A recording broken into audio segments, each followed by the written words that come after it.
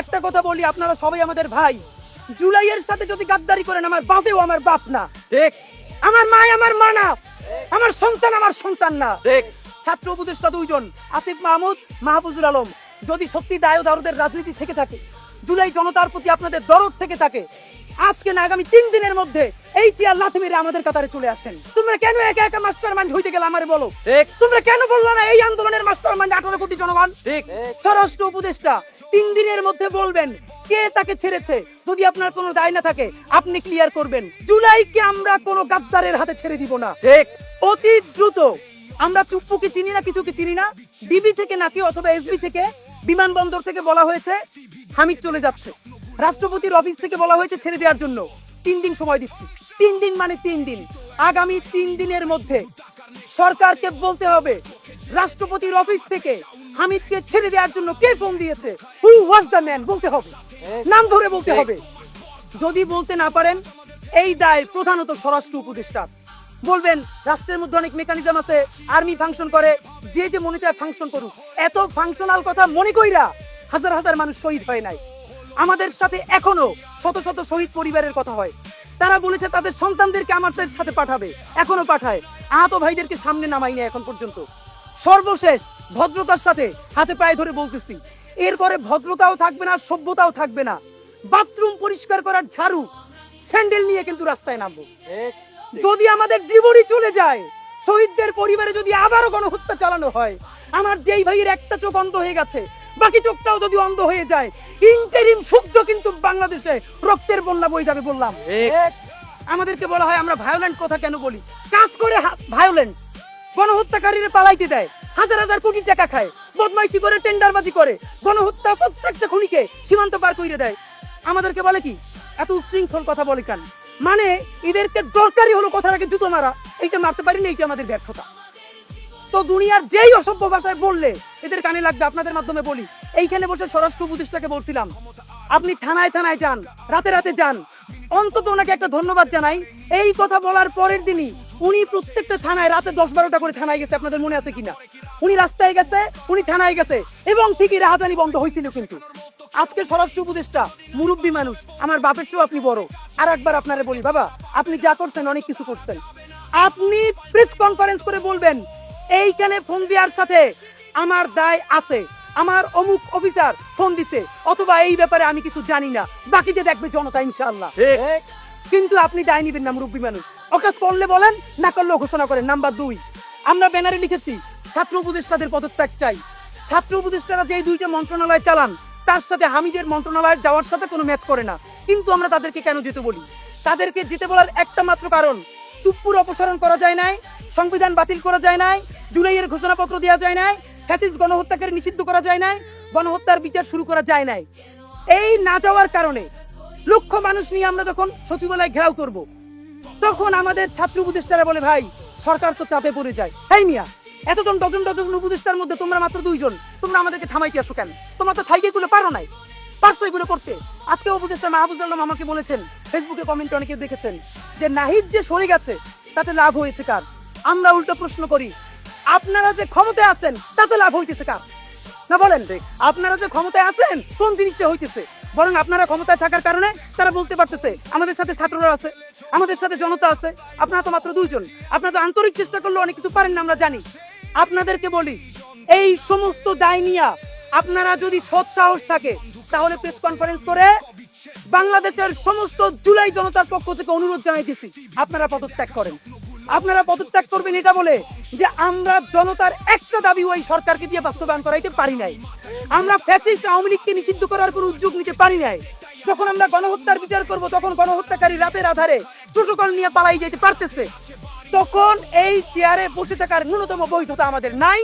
আমাদের জনগণ আমাদেরকে এই জন্য ক্ষমতায় পাঠায় নাই, এবং এই সরকারের বিরুদ্ধে, গণহত্যার বিরুদ্ধে জনতার কাতারে নেমে আন্দোলন করতে চাই বলে আমরা নেমে আসলাম। যদি আপনারা নামতে পারেন, বলি আমরা যে আন্দোলন করব সেই আন্দোলনের সামনের সারিতে সম্মান নিয়ে আপনারা থাকবেন। আর যদি চেয়ারের প্রতি এত মায়া হয়, ডিজিএফআই এর কাছে কোটি কোটি টাকার ফাইল জমে গেছে, নামলেই ফাইল ধরবে বিএনপি, যে এত টাকার দুর্নীতি করছো, কমিশন বাণিজ্য করবো, ধরবো। কিন্তু এই ভয় যদি থাকে, তাহলে আপনাদেরকে বাঁচানোর দায় আমাদের আর নাই। ঠিক। একটা কথা বলি, আপনারা সবাই আমাদের ভাই। জুলাইয়ের সাথে যদি গাদ্দারি করেন, আমার বাপেও আমার বাপ না, ঠিক আমার মা আমার মা না, আমার সন্তান না। ঠিক আমরা শহীদ পরিবারের সাথে ওয়াদা করেছি, কমপক্ষে 20 জন মা আমাদের মাথায় হাত রেখেছে। শহীদ আবু সাইদের মা রেখেছে, শহীদ আব্দুল্লাহ বিন জাহিদের মা আমাদের মাথায় হাত রেখেছে।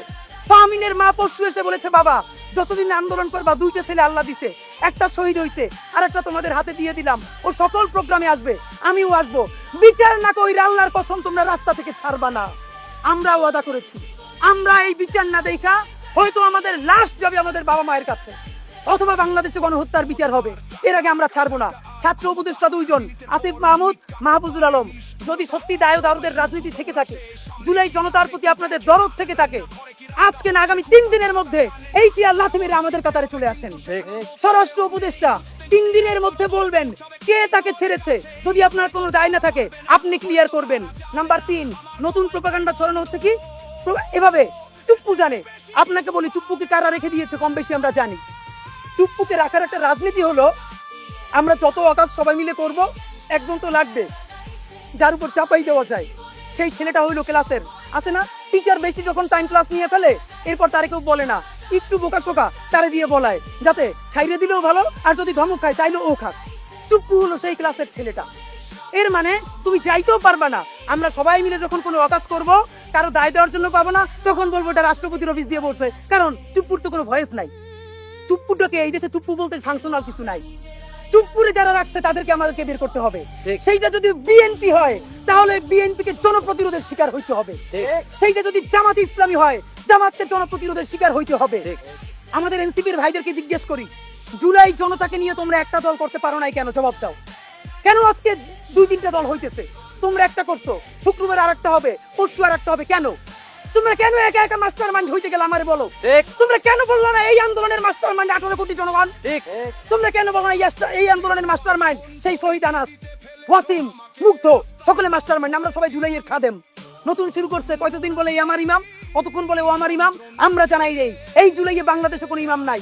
এই জুলাই হইতে উপরে আল্লাহর রহমতে, আর আমরা 18 কোটি জনগণ এই জুলাইয়ের খাদেম। ঠিক।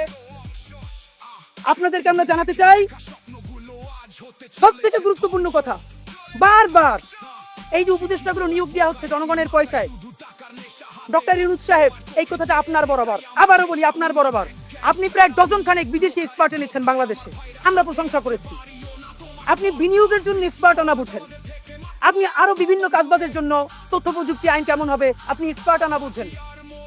জুলাইয়ের বিচার কিভাবে ত্বরান্বিত করা যায়, পিলখানা ও শাপলা গণহত্যার বিচার কিভাবে আন্তর্জাতিক মানে করা যায়, কিভাবে আগামী 36শে জুলাইয়ের আগে আওয়ামী লীগকে নিষিদ্ধ করা যায়, এই জন্য একজন ইন্টারন্যাশনাল এক্সপার্ট আপনি এখন পর্যন্ত কেন আনেন নাই? ঠিক। আপনি কি একটু বুঝেন না মনে করি আমরা বুঝছি? এই সরকার দুনিয়ার সব দেশ ঘুরে ঘুরে এক্সপার্ট আনা বুঝে। একটা ট্রাইব্যুনাল করা হয়েছে 1000 বর্ষী, সব থেকে ধ্বজভঙ্গ ট্রাইব্যুনাল, পুলিশের কান্দা দিয়ে বন্দুক করে যায়, এরপরে প্রসিকিউটর দৌড়িয়ে গিয়ে আসামি ধরে। একটা কোর্ট আমরা বলছি মিনিমাম 5 থেকে 10টা ট্রাইব্যুনাল করেন, স্পিডি ট্রাইব্যুনাল করতে পারেন নাই। বলছি এই ট্রাইব্যুনালের মধ্যে অন্তত একাধিক বেঞ্চ করেন নাই। তাহলে এই যে হেইট থেকে অথবা আরো বিশ্বের বড় বড় প্রসিকিউটর আছে না, সেই প্রসিকিউটরদেরকে আপনি আনতেছেন না কেন? আগামী অল্প কিছুদিনের মধ্যে জুলাই গণহত্যার বিচারকে আন্তর্জাতিক মানে বিচার করবার জন্য আপনি বিদেশ থেকে প্রসিকিউটর লাগে, বিচারক লাগে, যেই টিম লাগে, সব আইনে বাংলাদেশ ভরে ফেলাবেন। ঠিক। এই জুলাই গণহত্যার বিচার না কইরা আপনি যত ডেভেলপমেন্ট করবেন, এই কোন ডেভেলপমেন্ট আপনারে মানুষের রেস থেকে বাঁচাইতে পারবে না। ঠিক ভাই, ব্রিজ কইরা, সেতু কইরা, মেট্রো রেল কইরা, পদ্মা সেতু কইরা দেশে যদি কেউ বাইকে যাইতে পারতো, তাহলে খুনি হাসিনার পালানো লাগতো না। ঠিক। খুনি হাসিনা মানুষের রক্তের মর্যাদা দেয় নাই, খুনি হাসিনা মানুষকে বাঁচতে দেয় নাই। যেই রক্তের শার্ট এখনো মা নিয়ে ঘুমায় শহীদ পরিবার, শার্টটা ধুইতে দেয় না, মিউজিয়ামে পর্যন্ত দেয় না। আপনার কি মনে হয় সেই মায়ের আপনার ছাড়বে?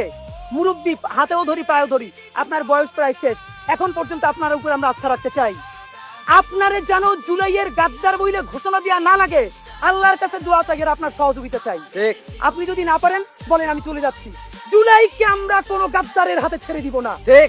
গতকাল রাত 3টার সময় গণহত্যাকারী ফ্যাসিবাদের রাষ্ট্রপতি হামিদকে পালাতে রাষ্ট্রপতির অফিস থেকে যে এবং যারা সংশ্লিষ্ট ফোন দিয়েছে, ছেড়েছে, আগামী 3 দিনের মধ্যে তাদের নাম সরকারের তরফে স্পষ্ট ঘোষণা করতে হবে। ঠিক। শুধু ঘোষণা করলে হবে না, অনতি বিলম্বে তাদেরকে গ্রেফতার করে বিচারের মুখোমুখি করতে হবে। তাদের পিছনে যদি বিএনপি হোক, জামাত হোক, এনসিপি হোক, সমন্বয়ক হোক, কোন দল বা ব্যক্তি থেকে তাকে তাদের নাম প্রকাশ করতে হবে। যদি আওয়ামী লীগের ইন্ডিয়ার সাথে বাংলাদেশের সেনাবাহিনী প্রধান কোন ধরনের সেটেলমেন্টে এসে তারপরে হামিদকে বিদেশে পাঠানোর ব্যাপারে পরামর্শ দিয়ে থাকেন, সেটাও আপনাদেরকে প্রকাশ করতে হবে। যদি প্রকাশ না করেন তাহলে হাজারো জুলাই জনতাকে গুলি করে তার লাশের উপর দিয়ে সরকার চালানোর মতো প্রস্তুতি আপনাকে নিতে হবে। সুতরাং আপনাদেরকে আমরা জানাই, যদি আগামী 3 দিনের মধ্যে স্বরাষ্ট্র উপদেষ্টাকে দায়িত্ব নিয়ে ক্লিয়ার করতে হবে, সরকারকে তাদের বিচার করতে হবে যারা তাকে পালাতে দিয়েছে, আমাদের স্বাস্থ্য উপদেষ্টাকে আমাদের কাতারে আন্দোলনের জন্য পদত্যাগ করতে হবে। কোনো কিছু যদি না হয় তাহলে চূড়ান্ত ভাবে আগামী 36শে জুলাই আমরা যে সচিবালয় ঘেরাও কর্মসূচি দিয়েছি হাজারো ছাত্র জনতাকে নিয়ে, সেখান থেকে এই ইন্টারিম সরকারের আমার ভাইরও চিনি না, আমার বাপেরও চিনি না, পুরো সরকারের বিরুদ্ধে পতনের ডাক দেওয়া হবে।